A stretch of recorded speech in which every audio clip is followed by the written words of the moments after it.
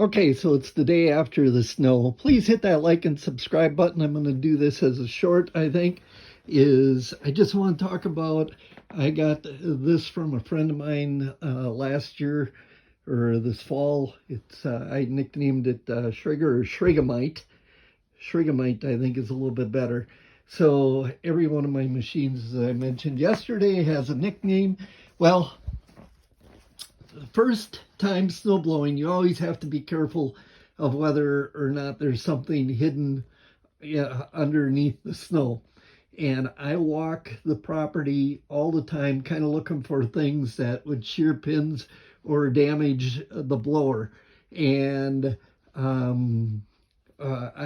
with being the first time yesterday, I went and I did what was blacktop first with this because I was a little nervous about shearing a pin. And so anyways, I did the blacktop first. Then I came over along the east side here of our place where it's kind of a dirt path along where I've got the woodshed, and I make my firewood. And sure enough, underneath some leaves, I had a piece of firewood laying that I caught right at the end. I knew, I saved the iffy part till the end, and I landed up a piece of firewood actually went in and straddled across the fan in there, basically, the blower. I lucked out on that.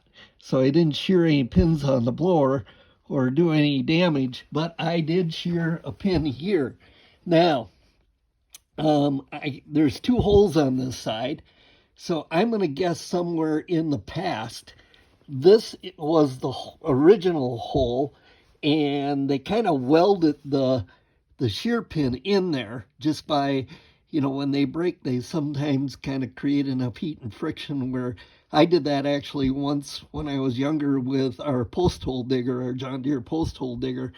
It was we had taken into the dealership and they had quite a time actually straightening it out. So I understand what they did here. Now, what you have to do is take a punch or something, and something that you don't want to use your pin here, your shear pin or shear bolt, because you might damage the end of the threads.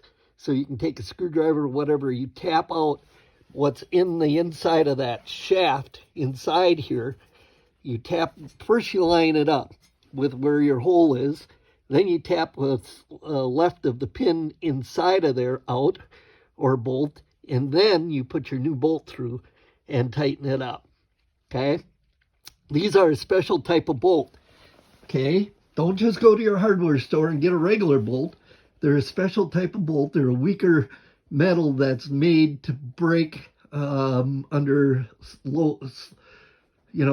smaller amounts of stress than your average bolt or pin. So make sure you put that type of pin in there. Otherwise, once again, you can do damage. Something else may break that you don't want breaking. Okay? They're a softer metal. They're made to break, and they're made to be the weakest point. So make sure you use those bolts. Now, for the rest of my day, this was my first project. I wanted to get this done just in case I do. My wife's been a little under the weather the last week, and so just in case I get what she has or had, then I wanted to make sure that this was fixed and ready for her because we're supposed to have some snow coming in. I'm going to put the 1025 away here, and then I'm going to go to our snowmobile trailer down there, and I'm going to put a trickle charger onto my my Skidoo snowmobile and put it on there permanently with a plug. So all I have to do is run a cord to charge the batteries up. I don't have to take the cover off and take the seat off and the cover off and the hex screws and deal with that.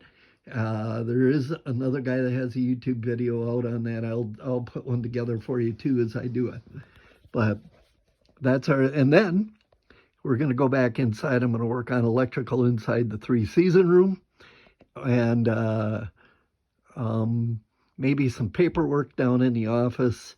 And then we're going to watch a little football later on this afternoon. Packers and Bears. Go Pack.